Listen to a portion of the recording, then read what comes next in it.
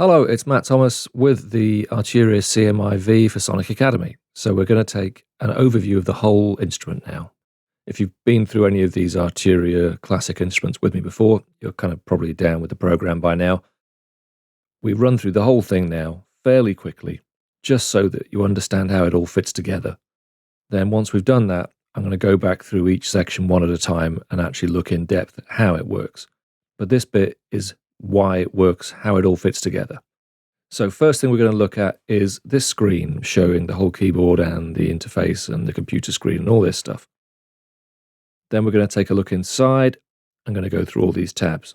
So the first thing is we obviously have a keyboard. You can play it MIDI, play it on here if you just need to quickly flick something to hear a sound.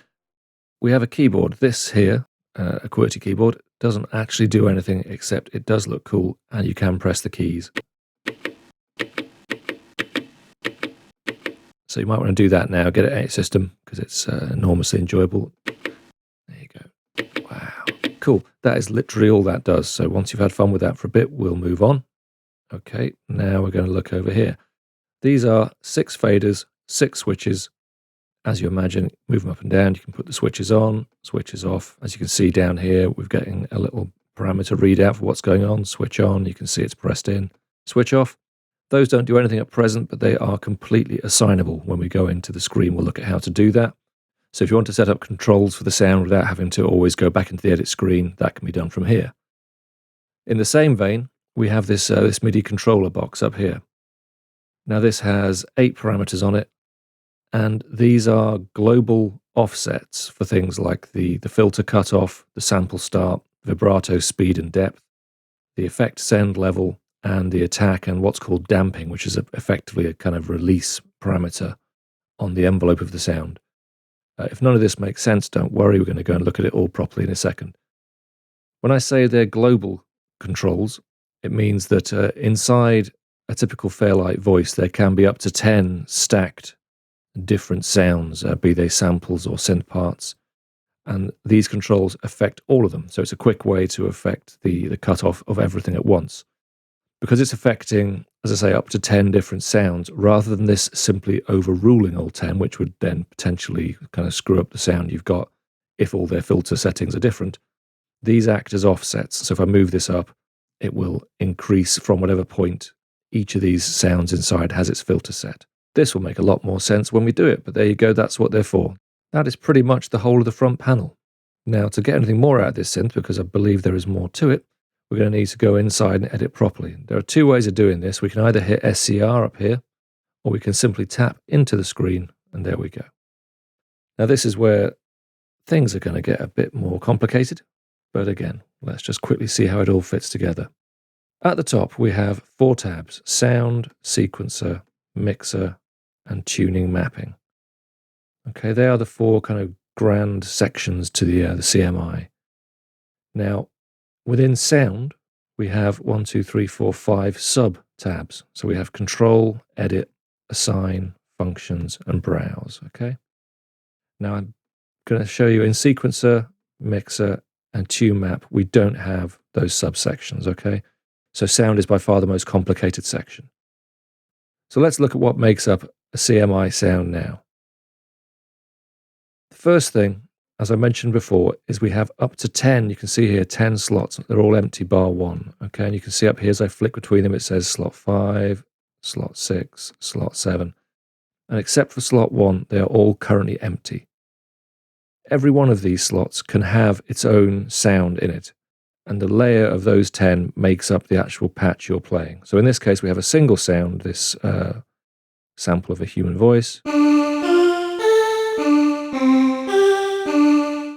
Kind of like a sort of breathy, fluty, voicey thing. So we've got that there. If I want to, I can load up additional sounds from a library. Here we go, bring in a waveform. Let's hear that. I'm going to mute out this one with a mute and a solo for each one of these slots. So I mute that one. Okay, we can hear there is a little tinkly, arpeggiated kind of a sound there. It's not really sticking out very loud, so in order to hear that, let's turn the voice level up a little bit. And turn this one down a touch.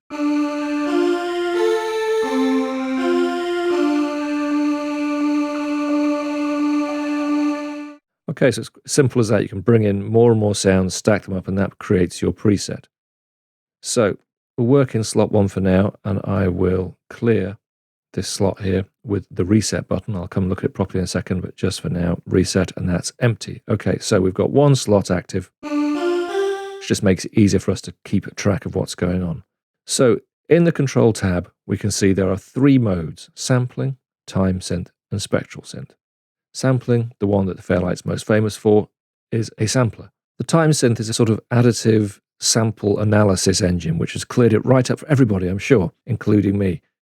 I'll show you rather than tell you, but yeah, the time synth, additive, and the spectral synth, also additive again. These are 32 harmonics, and you'll see in the time synth, if I come across to edit, we're dealing again with 32 harmonics, okay? So the key thing to take away from this is the sampling mode. You're simply replaying samples. Time synth and spectral synth, you're dealing with additive engines. One of them can be used to replay samples through a sort of form of additive synthesis, which is quite a complicated thing, but we'll get to it. And the other one is a straight additive synthesizer where you can just dial up the kind of sound you want. Additive is something you may have bumped into if you've been through the Synclavier tutorial, or if you own one of the kind of few additive synths out there like the Kawai K5000S and all that sort of thing. If not, we will go through it. Okay, so we've got the sample mode. I'll go to time synth mode. Now there's currently nothing set. I can give you a quick indication of what it can do. If I go to edit and press, if we go back to sample mode, quickly pop into edit, just to show you on about, again, all this will get explained. I've analyzed the sample we had, and it is now a time synth sound.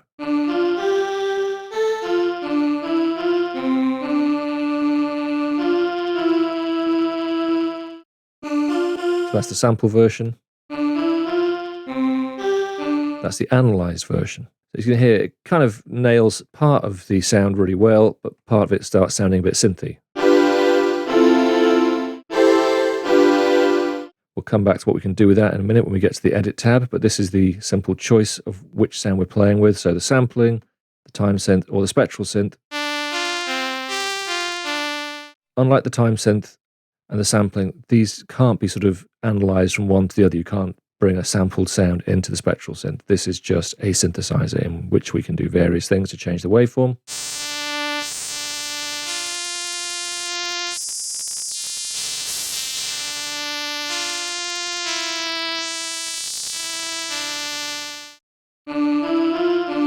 Now both the sample and the time synth mode share the same parameters here, you can see, okay? So both of them is evolution, tune, filter, envelope, vibrato, porter, bend. Okay, spectral synth only shares some of those, tune, filter, envelope, vibrato, porter, bend, but its evolution section, if you look as I flick between them, has completely different parameters. Okay, so as I switch across now, watch the evolution section. Okay, it's completely a different way of dealing with the sound, but the rest of it, the tune, filter, the envelope, the vibrato, the porter, bend, they all work exactly the same. We'll go through those properly when we come through this, because I think if I start delving quickly into each parameter, we're going to get lost. So we'll recap this control tab now, okay, because we've got quite a lot done just in this one tab, and don't worry, this is probably about as dense as the CMI gets, is these couple of tabs here.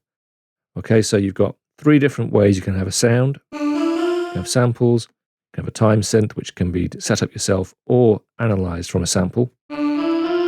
And you have a spectral synth. You can have any combination of those you like down here. Each one of these slots can be set to, I can have one as a time synth, another as a sample, a third as a spectral synth. Okay, so you can layer up all these different combinations and you've got 10 layers. So set what kind of mode you want each slot to use, set up your 10 slots, make the most unbelievably complex, ridiculous sounds if you want to. That is the control section, including all these parameters, which we will come to. But essentially, they're things you'll have encountered on numerous other synths, octave and semitone pitches, envelope attack and release, vibrato, depth, portamento. So these are, hopefully, if this isn't your first synth, these are reasonably familiar concepts. So here's where those guys are living. And when you're dealing with the sample and the time synth, you've got stuff like sample start and sample loop controls. And when you're dealing with a spectral synth, you've got a bunch of controls to sort of specify how the frequencies in this sound are going to be controlled and voiced. So we'll come to all those. Now, the next is the Edit tab, but you can see an interesting thing. When I'm in Spectral Synth, there is no Edit tab. It's grayed out, okay? So the Edit tab is only available when we're in Sampling and Time Synth mode. So let's flick across now, Edit. Okay, well, if we're in the Sample mode, we get a bunch of edit controls to do with sampling, such as sample rate, bit depth, reversing of the sample, filtering just for the sample itself, and that convert to synthesis button I used before. Conversely, if we're in time synth mode, and I go to edit, we get this window, which has a whole bunch of things where you have these 32 harmonics, and you can control the level of each one separately in the window above, say a volume curve. An incredibly complicated one you can see because we've analysed that breathy sound. And if you watch now, and there's a different curve for each harmonic.